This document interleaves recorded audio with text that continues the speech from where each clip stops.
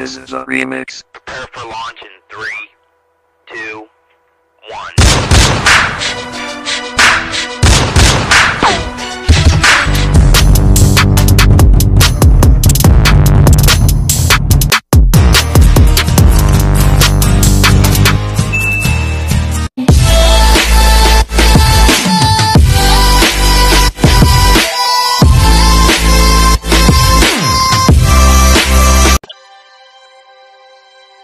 Welcome mga kabig boss. Please like and subscribe. Paki-share na rin po para sa ating mga kabig boss dyan.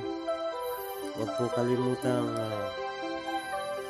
i-like and i-share ang ating YouTube channel, The Big Boss 101. Matinding kritiko ng mga Pinoy basketball fans.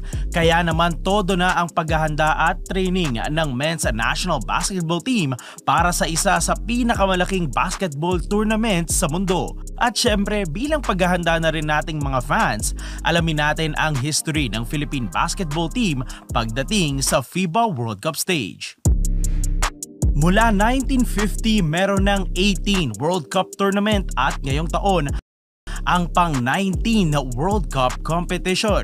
At sa halos 20 World Cup tournaments, 6 na beses nang nakalaban ang Philippine team sa prestiyosong tournament. At ngayong taon ang ika-7 beses na sasabak ang Philippine team sa World Cup. Kailanman ay hindi pa nakatungtong sa championship stage ng World Cup ang Gilas Pilipinas, pero nakapag-uwi na ito ng isang bronze medal. Ito ay noong 1954 FIBA World Cup na ginanap sa Brazil. Sa taong ito pinangunahan ng national team ng mga legendary Pinoy ballers na sina Kaloy Loizaga at Lauro Mumar. Sa pangunguna ng dalawang basketball legends nasungkit ng Pilipinas ang bronze medal sa tournament. Sa kompetisyon, nakabracket ng Pilipinas ang host country na Brazil at Paraguay at nakapagtala ng 1-1 record sa preliminary round. At sa final round sa 7 games ng Philippine team, nakapagtala ito ng 5-2 record at natalo lamang sa Brazil at eventual gold medalist at powerhouse team na United States. Para sa buong tournament, pumangatlo si Loizaga sa points per game with just over 16 points per game at napasama siya sa FIBA All-Tournament team ng taon na yun.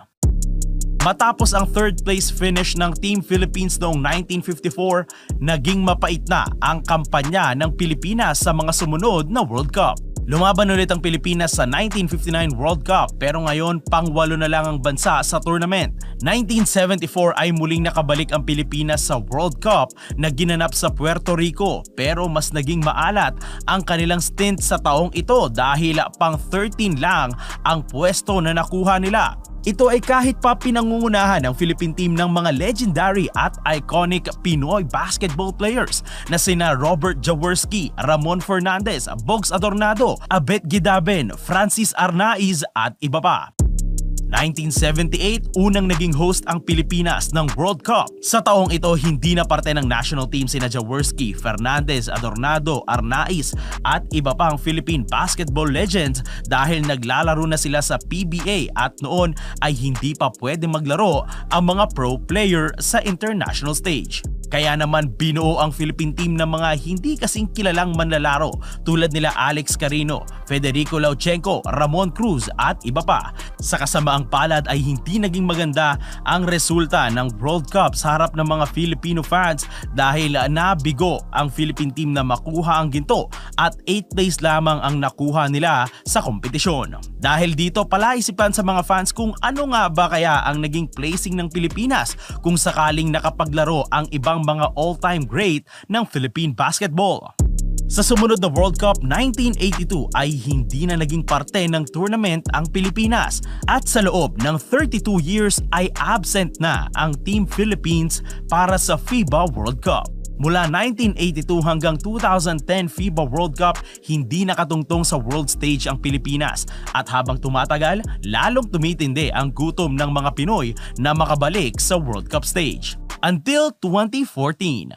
Sa 2014 FIBA Asia Championship na ginanap sa Pilipinas, tinalo ng Gilas Pilipinas ang South Korea sa semifinals para makapasok sa gold medal round. Ito ang iconic na breaking of the Korean curse sa Philippine basketball. Sa gold medal round na biguman ng Pilipinas kontra sa Iran, naiuwi pa rin nito ang silver medal at ang kanilang ticket para sa unang World Cup appearance ng Pilipinas sa loob ng mahigit 3 dekada. At sa 2014 World Cup, tumungtong ang Gilas Pilipinas with great momentum at malaking puso para sa basketball. Para sa taong yon, binubuo ang kupunan nila Andre Blatch, Jimmy Alapag, Jason Castro, L.A. Tenorio, Jeff Chan, Gary David, Ranedel De Ocampo, Gabe Norwood, Junmar Fajardo, Paul Lee, Japeth Aguilar at Mark Pingris.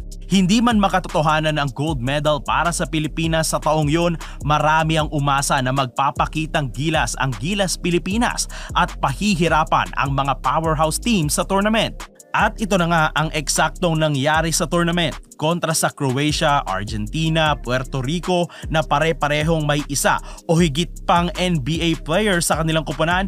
Dikdikan ang naging laban nila kontra sa Gilas Pilipinas. Sino ba naman makakalimot sa poster dunk ni Gabe Norwood kay Luis Scola, di ba? Tanging sa Greece lang nagkaroon ng matatawag na tambakan na laban ng Gilas sa buong tournament. At kontra sa Senegal, nakuha ng Pilipinas ang una at nag-iisang panalo nila sa kompetisyon ng taon na yon. Sa huli, 21st place ang naging placing ng Gilas Pilipinas sa tournament with a 1-4 record. Ganun pa man, nakuha ng Pilipinas ang respeto ng ibang mga bansa pagdating sa basketball.